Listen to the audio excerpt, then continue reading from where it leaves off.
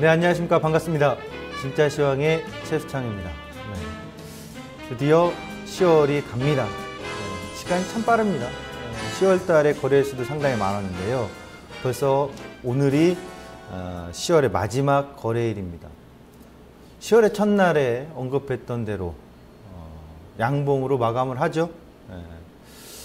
자, 그리고 5일2평을 또 위에 올라타면서 5일평 있죠? 월봉상 5일평을 종가상 올라타면서 또 마감을 하려고 합니다. 글쎄요, 1시간 이제 2시간 정도 남은 시간 안에 모든 것이 다 바뀌질 않겠죠. 월봉이 음봉으로 바뀌거나 5일평은 올라타야 되는데 종가상 못 올라탄다거나 이러진 않을 거라고요. 그리고 얼마 전에 좀 더 디테일하게 설명드릴 때 2026포인트 그 위에서 코스피 200으로는 244.05 244.05죠, 정확히. 그 위에서 어쨌든 종가 마감이 되지 않겠냐라는 가능성을 언급해드렸는데, 오늘 뭐 남은 시간 안에도 거의 무난하게 그 안에서 마감이 될 것으로 보여집니다. 자, 오늘 이 시간에요, 제가 먼저 질문해 보겠습니다. 여러분들 게시판에 참여해서 좋고 한번 물어보겠습니다. 여러분들 이 방송 보시면서 궁금하신 게 있을 것 같아요. 무엇이 현 시점에서 가장 궁금할까요? 1번 국정교과서 하는 거? 2번 어떤 주식을 지금 사면 될까요? 3번 산타랠리는 올까요? 4번 내년은 어떨까요? 내년 증시는 어떨까요? 어떤 게 가장 궁금하십니까? 오늘 이 궁금한 것 중에서 아직 이야기하기에는 빠르다고 할 수도 있지만 저는 이야기를 좀 하고 넘어가도록 하겠습니다. 네 번째 거 궁금하신 사항들을 설명을 드릴 겁니다. 3번 산타랠리는 올까요? 이 시간을 계속 보면서 이 시간 시청하신 분들은 어떤 상황일 거다라는 걸 예측하고 계시잖아요. 또 예측 저하고 함께 하고 있으니까 뭐 그건 답이 나온 거고요. 그리고 어떤 주식을 살까요? 굳이 지금 적극적으로 매수하는 시기는 아니다. 공부를 좀 할 시기다. 이런 얘기 해드렸으니까 그것도 답이 나왔을 거고. 첫 번째 건 굳이 여기서 얘기할 필요가 없죠. 그것은 저 100분 토론이라든가 그쪽 채널로 가셔야 되겠죠. 자, 시작해 보도록 하겠습니다. 코스피 포인트입니다. 먼저 지수 보여주시죠. 종합주가지수가 현재 시간에 2035포인트. 오늘은 도찌입니다. 오늘은 척 보면 압니다. 그렇게 아침부터 흘러가니까, 흘러가지 않더라도 예측할 수 있는 충분한 범위거든요. 그래서 오늘은 뭐 이렇게 갈 거다라는 게 보이는 날이고, 코스피 포인트를 보러 가도록 하겠습니다. 10월은 역시 양봉이었습니다. 10월은 역시 양봉. 요거 잠깐 차트 잡히면 바로 보면 이건 설명을 좀 드릴 거고요. 그다음 롯데케미칼 공시 살펴보고요. 현대엘리베이터 공시를 살펴보도록 하겠습니다. 먼저 차트를 잠깐 잡아주시죠. 이겁니다. 제가 이제 10월 달에 양봉 나온다는 얘기는 첫날부터 했었던 건데, 5일평, 월봉상 5일평을 오늘 종가 마감은 할 가능성이 매우 높았던 거예요. 10월 달에는. 그리고 보시면 8월 달에 고점이 2038포인트, 출발 지점이 2026포인트. 그리고 현재 5일평 자리가 2008포인트. 그러니까 2008포인트 아래로 2010포인트 아래로 내려가기는 어렵고, 또 이때 당시에 종가를 넘어서서 장악할지 말지는 이제 남은 시간 싸움이라고요. 2030포인트, 38포인트 넘어서 끝날까? 아니면 2026포인트 위에서 끝날까? 뭐 이 정도. 그 다음 코스피 200으로 보면 당연히 이때 당시 8월 달에 고점이 244.05니까 그 자리 위에서 끝날 거고, 5일평이 지금 243.28이니까 244.05나 243.28이나 한 1포인트 약간 안 되는 차이이기 때문에 이번 달 종가는 어쨌든 그 위에서 끝날 거라고. 뭐 그런 식으로 이번 달 이제 마감이 되는데, 이제 중요한 건 11월 달이잖아요. 일단 11월 달은 음봉일까요? 양봉일까요? 그러면 제가 양봉인지 음봉인지는 오늘 설명드리지 않겠습니다. 제가 정확히 다 알고 있는 건 아니지만, 알겠죠? 가능성에 대해서는 11월 1일 날 첫날 설명을 좀 드릴 겁니다. 자, 롯데케미칼 한번 주가, 삼성정밀화학 주가 같이 보도록 하겠습니다. 보여주시죠. 롯데케미칼 이거 보면요, 이렇게 볼게요. 이제 롯데케미칼 오늘 빠지니까 이거 삼성에서 케미칼 부분을 인수한 것 때문에 시장에서 안 좋게 보나 보다. 뭐 그렇게 해석할 수도 있어요. 그렇죠? 근데 제가 보는 관점은 공시를 보시면 실적 공시 나왔는데 보시죠. 실적에서 이익은 좋아요. 이익은 전분기보다는 감소했지만은 전년 동기 대비해서는 증가했기 때문에 올해 전체적으로 상반기에 1,700억대, 6,300억대, 지금 4,800억. 올해는 뭐 이익 국면에서 영업이익은 당기순이익 영업이익은 최근 몇 년 사이에서 가장 좋은 거 아니냐. 그럼 주가가 지금 막 가 있어야 되는데 왜 이렇게 빠지고 못 가냐. 이거 롯데케미칼이 이거 삼성그룹에서 케미칼 인수해가지고 이거 시너지 효과도 안 나는 건 같은데 괜히 인수하는 거 아니냐. 비싸게. 이렇게 논란이 될 수 있거든요. 근데 그게 포인트가 아니라고 봐요, 저는. 매출을 계속 보시면 매출이 계속 감소하고 있어요. 그리고 내년, 내후년에도 매출이라는 전반적인 예상치가 낮아요. 예. 그러니까 이익은 개선되고 있으나 매출 자체가 감소하고 있다는 것에 대해서 한번 고민을 해봐야 됩니다. 매출 전체가 감소하고 있는 거. 이번에 건국 이래, 건국 이래 제조업의 매출이 감소했다고 하죠. 큰 폭으로요. 전반적으로 우리나라 주식시장에서도 반영을 해줬죠. 제조업들이, 소위 말하는 제조업 수출주들이 주가가 상승 랠리를 펼쳤나요? 힘들었죠. 내수주 위주로만 갔죠. 그러니까 주식시장은 도박이라고 하는 사람들은 잘못된 거예요. 주식시장은 정말 합리적인 시장입니다. 반영을 해주거든요. 우리나라 사회, 경제, 모든 정치, 문화 모든 걸 다 반영해주고 있는 종합이거든요. 그러니까 지금 매출이 감소하는 거에 좀 초점 맞춰야 되지 않느냐. 저는 그렇게 봐요. 롯데케미칼은. 그리고 이제 이걸 보도록 하겠습니다. 공시를 보면 롯데케미칼이 이일 공시가 떴죠. 넘어가 보도록 하겠습니다. 삼성정밀학을 한 4,600억 원 정도에 인수한다는 거. 지분비율은 31%. 현재 삼성정밀학이 시가총액이 한 1조 왔다 갔다 해요. 그렇죠? 근데 지분율 31%좀 비싸게 인수를 한 것 같기도 하고 하지만 이 롯데케미칼이 삼성정밀학을 인수했다라는 점 이거는요. 그 이제 공시 내용 가시면 보고 내용이 쫙 나와요. 삼성정밀학 뭐 인수한 내용, 삼성 SDI를 인수한 내용, 케미칼 부분을 2월 좀 여러분들 살펴보셔야 돼요. 과연 시너지 효과가 있느냐 없느냐. 라는 관점도 공부를 해야 되는데 하나 더 보도록 할게요. 삼성정밀학도 인수했지만 이제 삼성 SDI에서의 케미칼 부분인데요. 요 이제 간략하지만 내용을 보고서 내용을 보면 삼성 SDI 케미칼 부분에 있어서의 주 매출은 거의 93% 이상의 매출 주력 제품은 합성 수지 쪽이거든요. 이런 것도 참고하셔서 이것이 과연 시너지 효과가 앞으로 날 거냐 롯데케미칼 쪽에 아니냐 좀 공부를 하셔야 되겠죠. 그리고 혼자 공부하면서도 다른 사람들의 의견을 연구원들이라든가 리서치 자료들 자꾸 참고하셔야 되겠고요. 지금 저보고 좋을 것 같아요, 나쁠 것 같아요 물으면 당장 답은 못했죠. 이걸 충분히 우리가 고민해야 되는 시간이 좀 필요한 것 같고요. 그러면서 한편으로는 이제 삼성정밀학을 보면 삼성정밀학에는 오히려 저는 부정적인 게 아니라 긍정적인 요인이 생길 가능성이 있다고 봐요. 삼성정밀학 쪽은. 주력 사업 부분이 더 주목을 할 포인트들인데 이런 지금 매각 작업들이 계속 나왔다라는 거 시장의 어떤 일희일비하면서 주가의 변동을 보여주지만 그것에 노출돼서 그 변동에 있어서 좋다 나쁘다 얘기하지 마시고 주 사업을 보세요. 롯데케미칼은 과연 저는 시너지 효과에 있어서 매출 성장과 더불어서 이익 구매에서 날 건지 또 삼성정밀학은 이름은 바뀌었지만은 꼭 삼성이라는 타이틀을 갖고 있어야만 좋은 거 아니거든요. 이름은 바뀌었지만 그렇죠. 최대 지준 바뀌었지만 과연 더 시너지 효과든가 기존에 하던 사업은 더 잘 될 건지 사업의 성장성이 있는 건지 이걸 포커스로 보셔야 되겠죠. 그래서 제가 봤을 때는 더 자세하게 설명하면 시간이 오래 걸리니까 롯데케미칼에게는 일정 부분 부담이 있을 것 같고요. 삼성정밀학에는 주력 사업 부분을 좀 더 포커스를 보시면 좋을 것 같다. 이렇게 좀 설명을 드리겠습니다. 그 다음에 현대상선, 현대엘리베이터도 이 공시가 떴는데요. 어제 답변을 5시 52분에 했습니다. 어떤 조회 공시를 했나 봤더니 이런 내용이 있는데요. 보시면 현대상선 보유 지분 인수 및 현대상선 지분 매각 검토 보도에 대한 조회 공시 답변을 요청했는데 답변했습니다. 뭐라고 했냐면 인수 가능성을 포함하여 다양한 검토 중에 있으나 현재 이와 관련하여 구체적으로 확정된 사항은 전혀 없다라는 식으로 했거든요. 그리고 밑에 보시면 재공시 예정일이 11월 27일입니다. 이 코멘트는 아유 안 해요. 우리 완전 부인인가요? 아니죠. 다양한 검토 중에 있으나 확정된 게 없다는 얘기죠.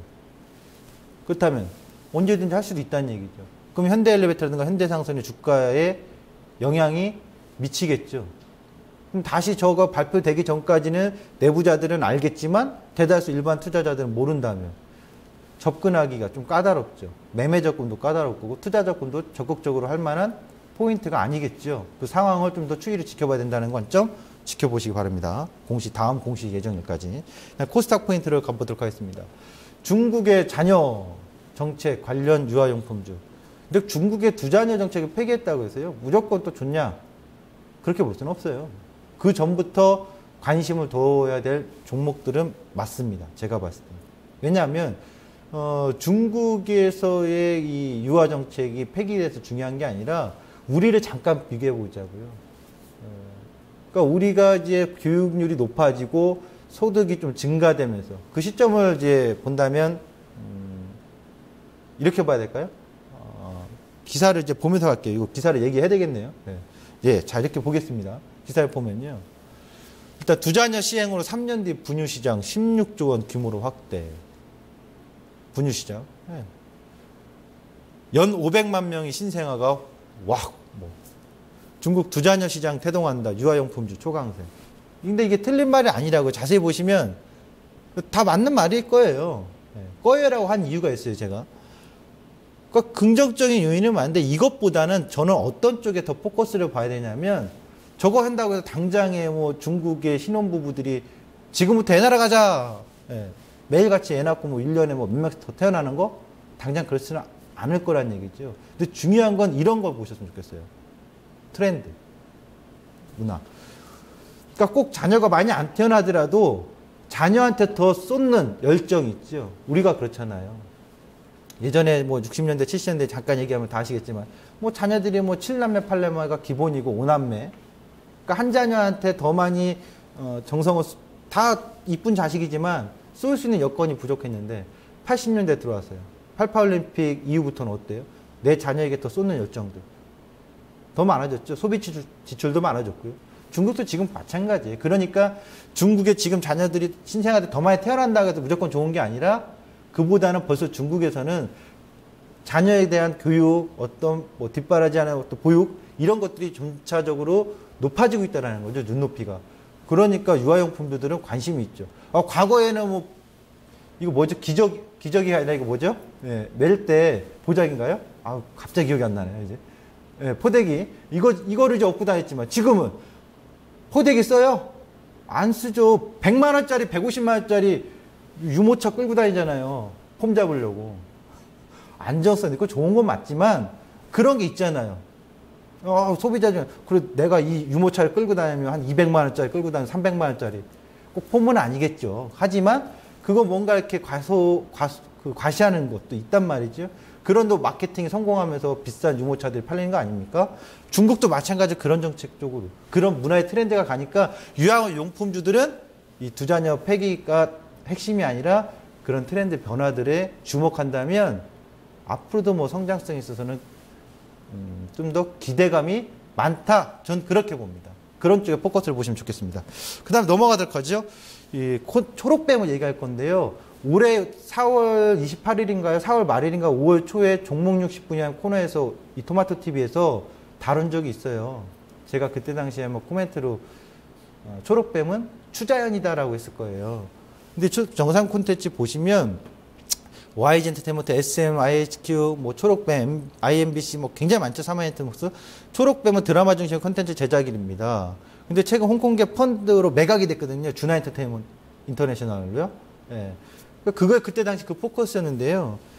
이 영상 콘텐츠는 우리가 굉장히 주목을 해야 될 거라고요. 최근에 일자리도 이쪽에 많고 젊은 층들도 많이 가고 우리의 한류 콘텐츠가 성장하는 포인트들 중국 시장 우리에게 큰 시장이란 말이죠. 향후에. 콘텐츠가 한국, 중국 관심이 높아지고 있는데요.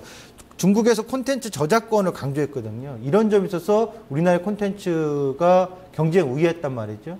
그러니까 우리 어떤 산업 중에서 제조업이나 다른 산업들이 중국하고 경합하고 있지만 우위에 있는 것. 일단 미디어 이쪽 콘텐츠 쪽은 우리가 좀 더 경제 우위에 있는 건 사실이에요. 현재. 예. 문화 콘텐츠. 그래서 이런 부분들을 본다면 콘텐츠 산업들은 지금의 실적이나 공시만 실적의 어떤 팩트만 갖고 볼 게 아니라 대주주의 변화, 중국하고의 어떤 교류 이런 기업들은 한 방이 있을 수 있다는 얘기예요. 여기서 한 방은 붕 뜨고 이런 게 아니라 지속적인 어떤 성장의 가능성이 좀 있는 활로가 열려 있을 수 있다라는 점, 그런 점에서 주목을 해야 되겠죠. 초록 빼면 오늘 왜 자꾸 올라갑니까? 며칠 전부터. 그때 그 방송 보시면 자세하게 60분 동안 토론한 게 있으니까 참고하시면 좋겠습니다. 자, 그리고 이제 시장 이슈로 가겠습니다. 각국의 통화정책의 변화들, 일본은행 경기 부양 여부. 오늘 발표했어요. 이제 제가 오기 전에 바로 나온 것 같은데요. 그대로 뭐 유지하겠다. 다른 변화 없었고요. 일본의 CPI가 마이너스가 좀 나왔다는 점. 이런 것도 체크 포인트 잡고요. 이거 보시면 이제 마이너스 나왔는데요. 과연 아베노믹스 언제까지 갈까요? 이것도 한번 우리가 체크 포인트를 지금부터 이제 주목해 주시기 바랍니다. 굵고 짧지만 굵고 강하게 임팩트 있게 설명드리겠습니다. 현재 지금 제가 이야기하는 것은 여러분들이 참고사항인데 이 참고사항을 확정이라고 생각하시면 안 돼요. 아셨죠? 확정적으로 받아들이시면 안 되고, 아, 저렇게도 생각하는 사람이 있구나. 얼마 전에 일본의 뭐 연구원이 일본에서 나온 내용이 일본에서 어떤 뭐 그 우익이 잡을 때 뭐일 때 이걸 비교해서 성장률을 뭐 통계를 낸 적이 있더라고요. 그런 거와 마찬가지로 우리가 과거 역사의 어떤 통계적인 포인트에서 아, 이런 게 있었구나라는 것 정도로 참고하시고 염두에 두시면 좋을 것 같습니다. 이 구간의 공통점, 지난번에 추석 전날에 보여드렸었죠. 숙제 풀으셨나요? 보여드리겠습니다. 이 공통점이 뭘까요? 하락폭. 이 구간의 공통점은 하락 기간이었고 하락폭이 꼭 있었다 이거예요. 또 다른 하나가 나옵니다. 보여주시죠. 다음 자료.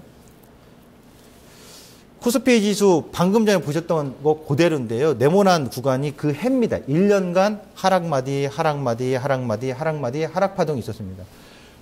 공교롭게도 저 네모난 박스 구간에서는 우리나라는 총선이 있었습니다. 14대 총선, 15대 총선, 16대 총선, 17대 총선, 18대 총선, 19대 총선. 총선이 있던 해는 보통 총선 전에는 주가가 띄우지 않나 이러시잖아요. 그렇지 않아요. 총선 있었던 해는 희한하게도 주가가 지금까지 단 한 번도 원회 이상 성장은 없었고 100% 지금까지 다 하락마디와 하락폭이 주어졌습니다. 모르죠. 내년에는 새로운 신기록이 나와서 역사가 바뀔 수도 있는 거지만 어쨌든 지금까지는 그랬습니다. 우리가 직접 민주주의, 직접 투표한 이후에. 그리고 동그라미 구간 쳐놨죠. 저 공간은 뭐냐? 미국의 대선과 겹쳤던 총선입니다. 빌 클린턴, 부시, 오바마. 근데 그 동그라미 공간, 미국의 대선과 겹쳤던 2008년, 2000년, 92년도. 상당히 주식시장이나 자산시장이 변동성이 심했고 컸던 시기입니다. 내년에 미국의 대선, 총선, 우리나라 총선, 일본의 참여연 선거 다 겹칩니다. 동시에 미국 같은 경우는 공화당, 민주당인데 현재 나오는 대선 후보들을 살펴보면 뭐 미국 쪽이니까 얘기해도 편하죠. 괜찮을 것 같아요. 트럼프, 공화당의 트럼프랑 카슨 둘 다 강경 보수잖아요. 근데 강경 보수인데 약간 틀리죠. 뭐 트럼프 같은 경우는 우리가 일반적인 시각으로 보더라도 참 이렇잖아요. 약간 발언이 워낙 강경해가지고요. 그리고 또 이제 카슨 같은 경우 워낙 이제 진짜 이제 그 강경 보수고요.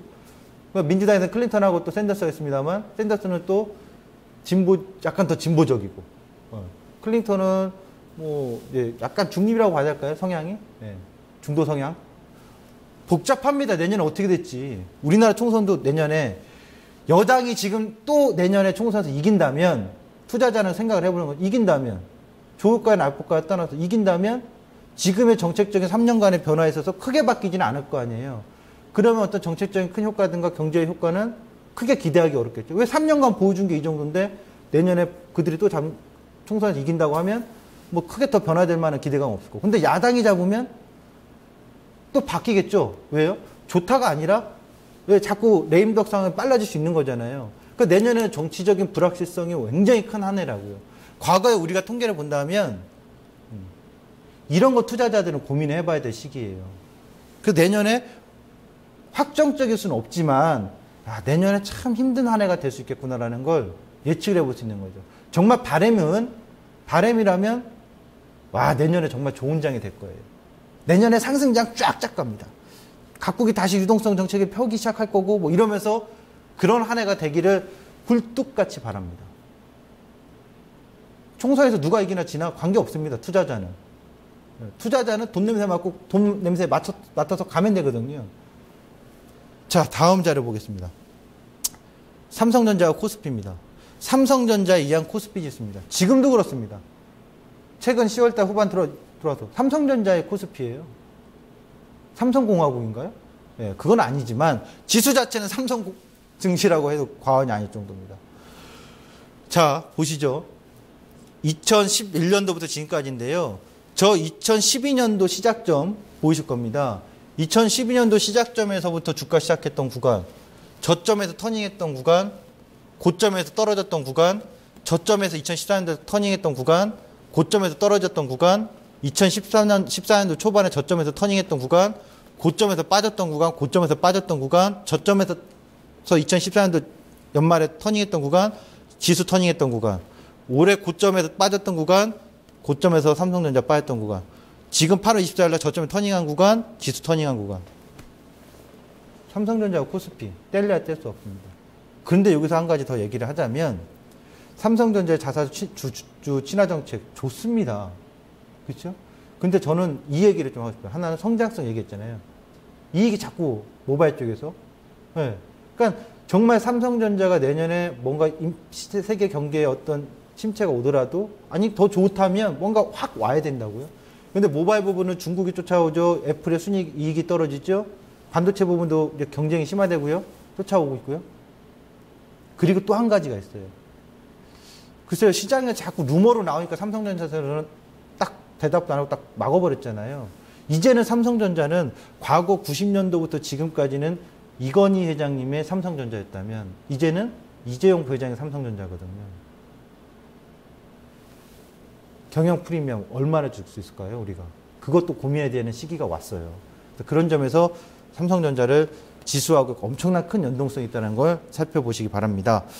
그리고 2016년 확정이 아닙니다. 아직은. 제가 얘기했죠. 제가 보는 시각에서는 11월 말경이나 좀 더 명확한 게 나올 수 있다.